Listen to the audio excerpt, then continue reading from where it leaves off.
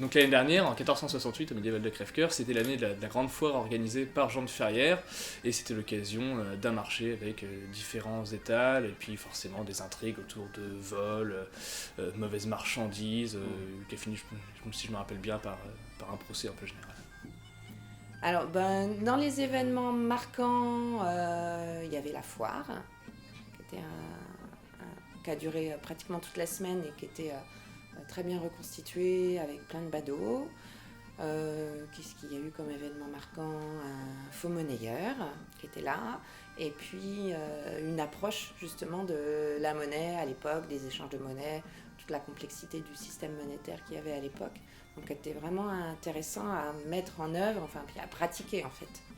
Alors un souvenir de l'an dernier, donc c'était en 1468, on avait une grande foire qui se situait au milieu de la basse-cour et de nombreuses échoppes qui étaient disponibles sur place et on pouvait avoir l'impression de découvrir les différents artisanats qui pouvaient se faire à cette époque-là. Alors l'année dernière, oui, le marché c'était intéressant parce que ça rendait on était obligé de créer des interactions.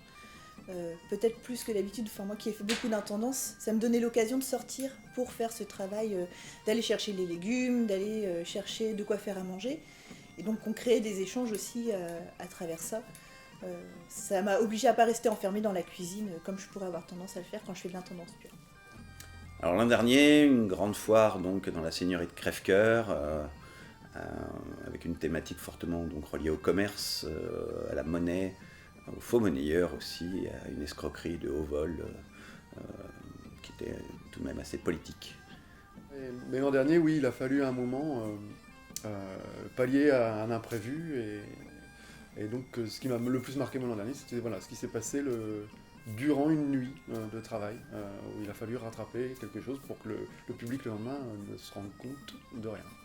Alors, ce qui m'a totalement fait monter au rideau, c'était le nirvana du moment, c'était le four à compellation.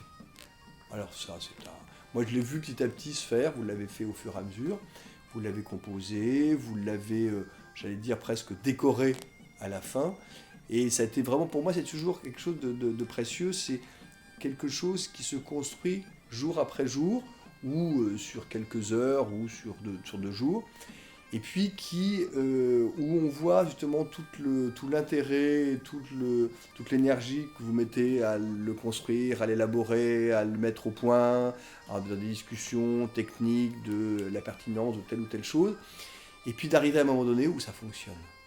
Et ça, c'est un moment fort, quoi.